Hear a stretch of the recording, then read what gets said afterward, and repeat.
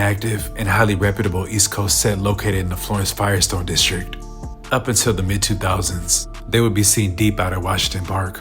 And after the 6-pack and 11-8 East Coast Crips, they're arguably one of the most combative East Coast sets. Unlike the 5-9s and 7-6s, the 8-9s lost zero turf during their historic war with Florencia. Yo, and this be my deal. Like, how do you even keep up with all this shit? Like, if you're just a normal gangbanger, just minding your business, how do you keep up with the niggas down there? That's your ops, but the niggas over there, y'all cool with.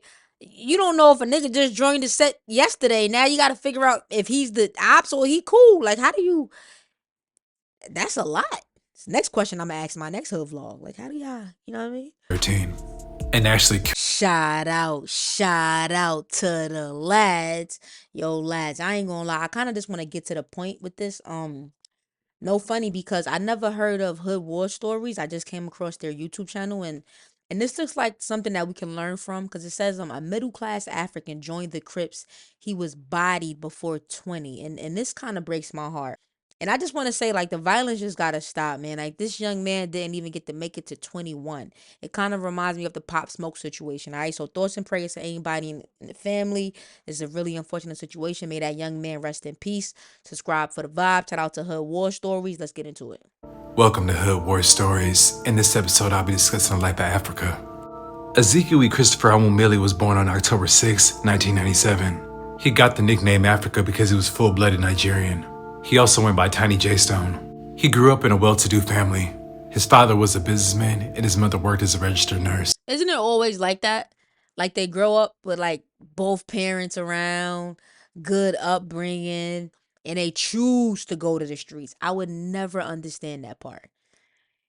I'm be honest with you. Like, me, like, I couldn't help who I was around. You know what I mean? If I was around a bunch of gangbangers, that's just what it is. You know what I mean? That's just the environment I'm in. But to just sit there and have, I had a great childhood. To leave that behind and just go run around in the streets? Nah. Unfortunate that it just always worked out that way. You know? Africa because he was full-blooded Nigerian. He also went by Tiny J Stone. He grew up in a well-to-do family. His father was a businessman and his mother worked as a registered nurse. Although his roots was from Africa, his assimilation into Black American society was seamless, and he was fully embraced by the culture. Despite being raised in a strong 2-parent household, Africa became more influenced by his environment when he was outside of the home, emulating the Black American kids he went to school with. Instead of the straight and narrow path pushed by his parents, Africa chose the street life instead. He would get put on and join the 8-9 East Coast Crips, an active and highly reputable East Coast set located in the Florence Firestone district. Up until the mid-2000s, they would be seen deep out at Washington Park. And after the 6-pack and 11-8 East Coast Crips, they're arguably one of the most combative East Coast sets. Unlike the 5-9s and 7-6s, the 8-9s lost zero turf during their historic war with Florencia. Yo, and this be my deal. Like, how do you even keep up with all this shit? Like, if you're just a normal gangbanger, just minding your business, how do you keep up with the niggas down there? That's your ops, but the niggas over there, y'all cool with. You don't know if a nigga just joined the set yesterday. Now you got to figure out if he's the ops or he cool. Like, how do you? That's a lot. Next question I'm gonna ask my next hood vlog. Like, how do y'all? You know what I mean? 13, and actually killed off Florencia's Easy Boys clique. Although Africa was technically from 8-9, he was often mistaken as a member of the 190 East Coast Crips, considering he stayed and went to school in the Delamo area. It could be argued he'd hang out and function with the 190s more than is put on set. The 190's turf is a sharp contrast from the 8-9's hood in the Florence Firestone district, located in the middle-class section of Carson. The 190's hood consists of large 2-story homes, manicured lawns, backyard swimming pools, and expensive cars in the driveway. Out of town, they living good to be gang banging. Would rarely think that this is a gang-infested neighborhood. As a member, Africa was fully activated. He went out and gangbanged like he had something to prove, and constantly running phase at school. Africa was known for having hands. He upped his skills by training at a boxing gym in Lakewood. Africa was known for going around and taking flight on people. Now, I always tell people, Africans know how to fight, no funny. Like, I don't know if it's because they've been fighting their whole life, and because, you know, the wildlife in Africa is crazy, and maybe the parents just be knocking upside their head, and they used to taking hits. I have no idea, but Africans can fight. So I tell you right now, bro, you just chill. You better chill. Terrorizing anything in his way. The fighting involved the shooting. He'd make visits to the gun range to perfect his aim. And after a couple test run missions, Africa began to up his rank. By 2016, his name rang bells, and he stayed in the field with the gun. He had a particular disdain for Florescia 13 and Grape Street. He was mobile and tight with the 5-5 neighborhood Crips. It's alleged he got into a shootout with the 5 Deuce Hoovers while he was hanging out on the west side. After this incident, he would take to social media to diss them every chance he got. Throughout this period, Africa would constantly bump heads with his father, who didn't approve of his lifestyle. Happy Thanksgiving! Happy Thanksgiving, Pop.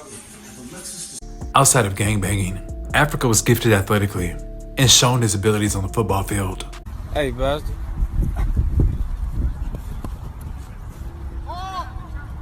He got it. Unfortunately, he would let his gang life take over, so his football potential would never be reached. In the gang world, his name spread throughout the city, and other top ranks took notice. One being Infant Nightmare from BPS, one of the top young gunners from that era. Even though East Coast and BPS are on opposite ends of the spectrum, they do not get along in the least bit, and there's a few murders between the two of them. So when Nightmare saw his opportunity to kill Africa, he took it. One night, Africa was hanging out in the rolling 40s, when Nightmare and 2 Blackstone members crept up, guns blazing. Africa was supposed to die that night, but another Crip wound up being shot in the face. Africa was able to evade the ambush. East Coast held Africa in high regard because he was always down to put in work. In 2016, this was at the back end of the East Coast Florencia War, and there were still bodies being dropped. One night, Africa was on a solo mission driving around Florence, looking for an F-13 to knock down. He drove past Holmes Avenue and parked up on B Street. Africa allegedly got out, spotted his target, and opened fire from about 20 yards away.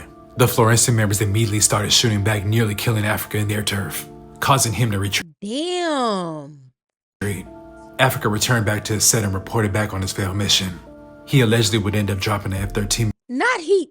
He said, "Oh, nah, that didn't work. I'm gonna go back and I'm get my thoughts together and I'm gonna come back."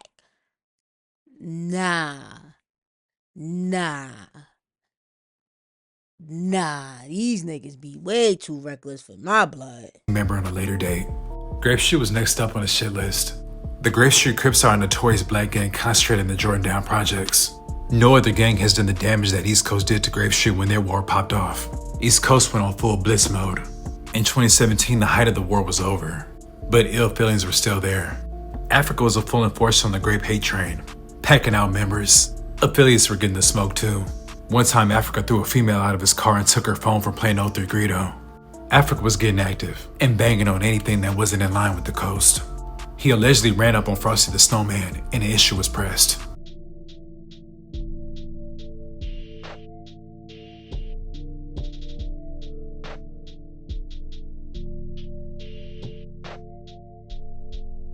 All of that pressure Africa was applying would ultimately lead to his demise.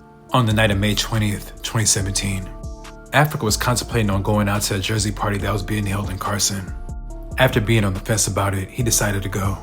At the party, Africa was deep with the Crips, and allegedly the opposition arrives. Allegedly the opposition didn't want any issues initially, but Africa went into full press mode, sparking off a physical altercation that would spill off into the streets. The enemies would flee, but returned shortly after and began shooting at Africa and the Crips. Africa was hit in the chest and he dropped on the concrete.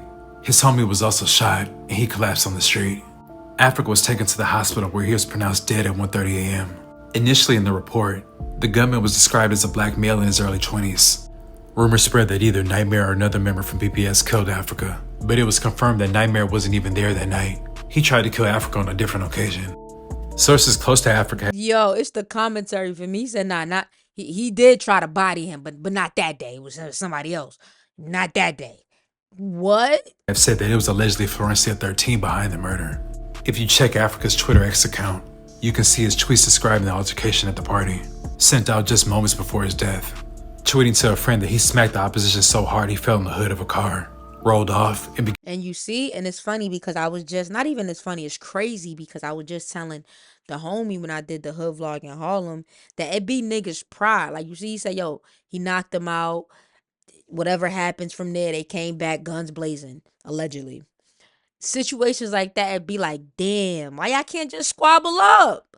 Go get the gloves on, you know what I mean? Squabble up. Began running down the block. He then confirmed that they were Florencia 13 members.